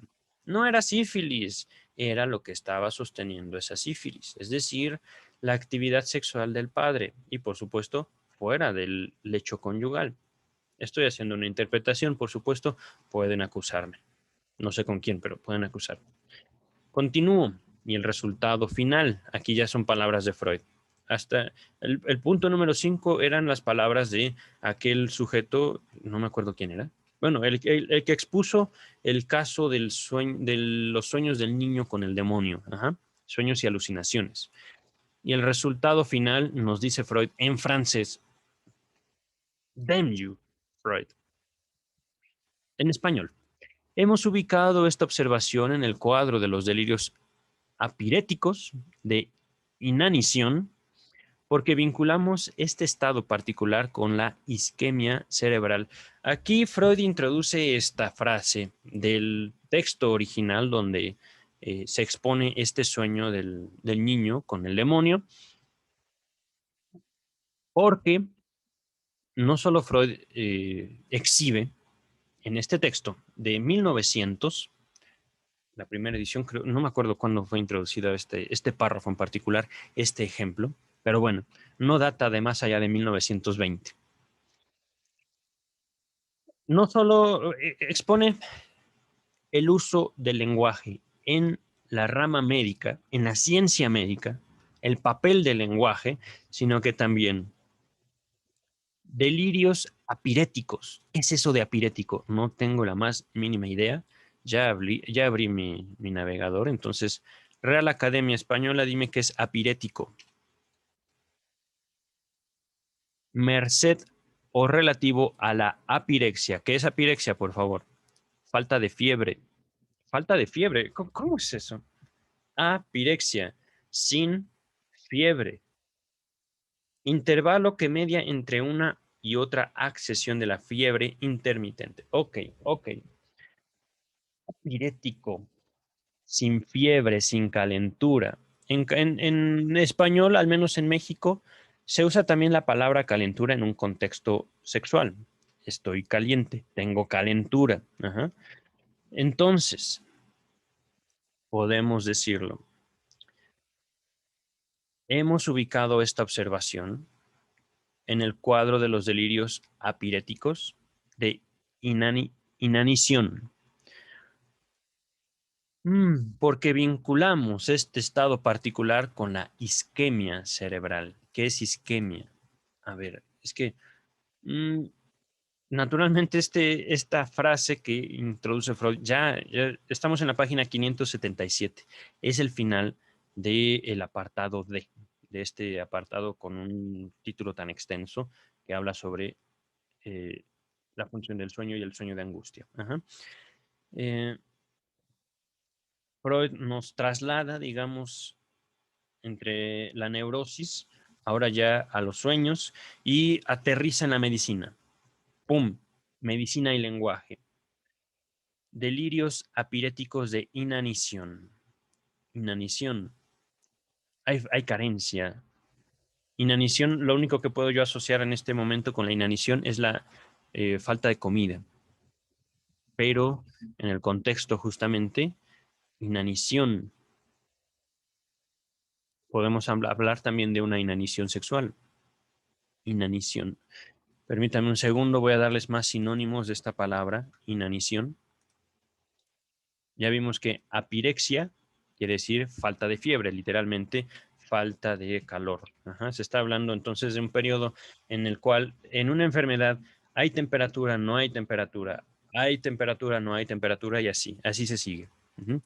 Vamos a ver, inanición, debilidad grande por falta de alimento o por otras causas. En todo caso, inanición también se asocia, se entiende por una debilidad y una debilidad grande. Entonces, delirios apiréticos de inanición, delirios donde no hay temperatura y donde hay también una debilidad grande por una falta de algo, porque vinculamos este estado particular con la isquemia cerebral. Aquí voy a buscar en primer lugar la palabra isquemia. Isquemia. Disminución transitoria o perteneciente del riesgo sanguíneo de una parte del cuerpo. Ah, no, riesgo, no me he equivocado.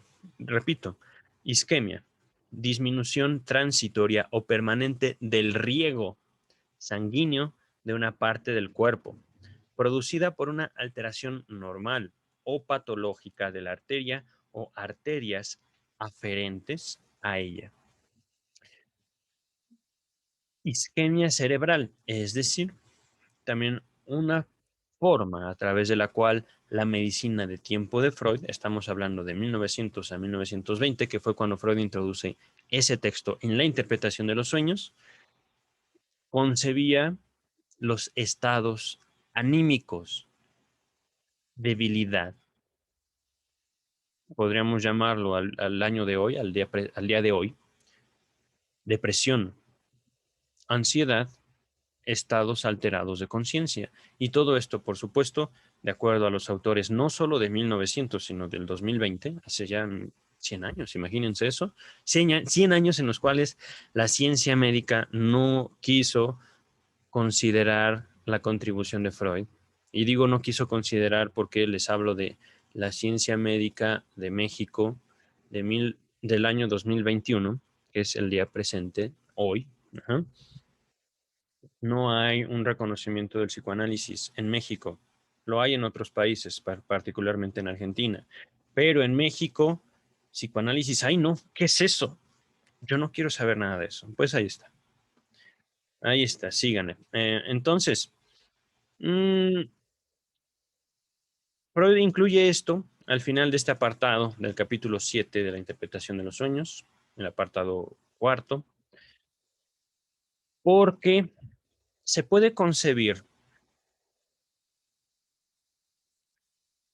la vida afectiva del ser humano